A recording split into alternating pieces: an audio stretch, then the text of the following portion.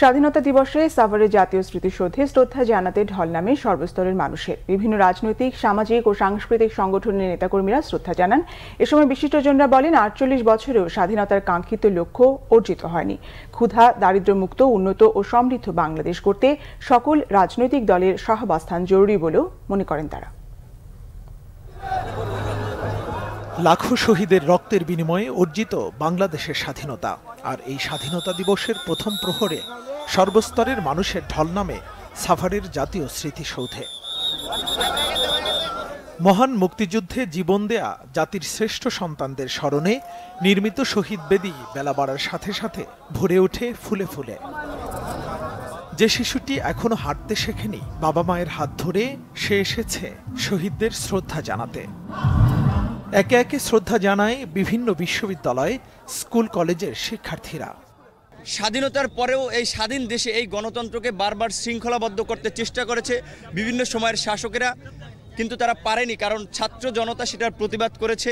আমরা 2021 সালের মধ্যে সম্পূর্ণ মাদক মুক্ত, দরিদ্র মুক্ত, বেকারত্ব মুক্ত একটি বাংলাদেশ, একটা সোনার বাংলা গড়ে তুলতে চাই। নারীদের নিরাপত্তা, শিক্ষা ব্যবস্থায় আরো দূর এগিয়ে যাক, সেটাই আমাদের প্রত্যাশা। সকল প্রকার নৈরাজ্য মুক্ত একটা বাংলাদেশ দেখতে চাই।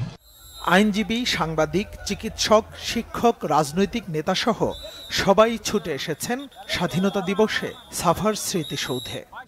স্বাধীনতা দিবসের প্রত্যাশা, বঙ্গবন্ধু যেটা বলেছিলেন, স্বপ্ন দেখেছিলেন, মুক্তিযুদ্ধের যে চেতনা, অসাম্প্রদায়িক গণতান্ত্রিক বাংলাদেশ গড়ে তোলা। যারা রাজাকার, আলবদর, আল শামস এই দেশের যুদ্ধে বিরুদ্ধে অবস্থান নিয়েছিল, তাদের বিরুদ্ধে আমাদের নতুন প্রজন্ম যাতে এগিয়ে থাকে। যে লড়াইটা করা হয়েছিল প্রধানত গণতন্ত্রের জন্য, কারণ আমাদের ভোটের রায় মানছিল না তারা।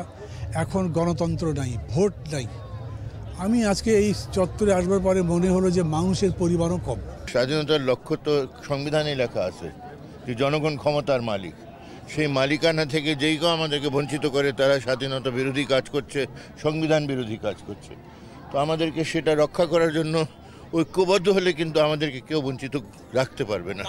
মহান মুক্তিযুদ্ধের চেতনা বাস্তবায়নে দলমত নির্বিশেষে ঐক্যবদ্ধভাবে দেশ গঠনে ভূমিকা রাখবে, এমন প্রত্যাশা শ্রদ্ধা জানাতে আসা সাধারণ মানুষের। স্বাধীনতার ৪৮ বছর পেরিয়ে ৪৯-এ পদার্পণ করল বাংলাদেশ। ১৯৭১ সালের মহান মুক্তিযুদ্ধে যেসব বীর সেনানীরা জীবন দিয়েছিলেন, তাদের প্রতি শ্রদ্ধা জানাতে জাতীয় স্মৃতিসৌধে ঢল নামে সর্বস্তরের মানুষের। একটি সুখী, সমৃদ্ধশালী ও উন্নত বাংলাদেশ দেখার প্রত্যয় জানান এসব মানুষ।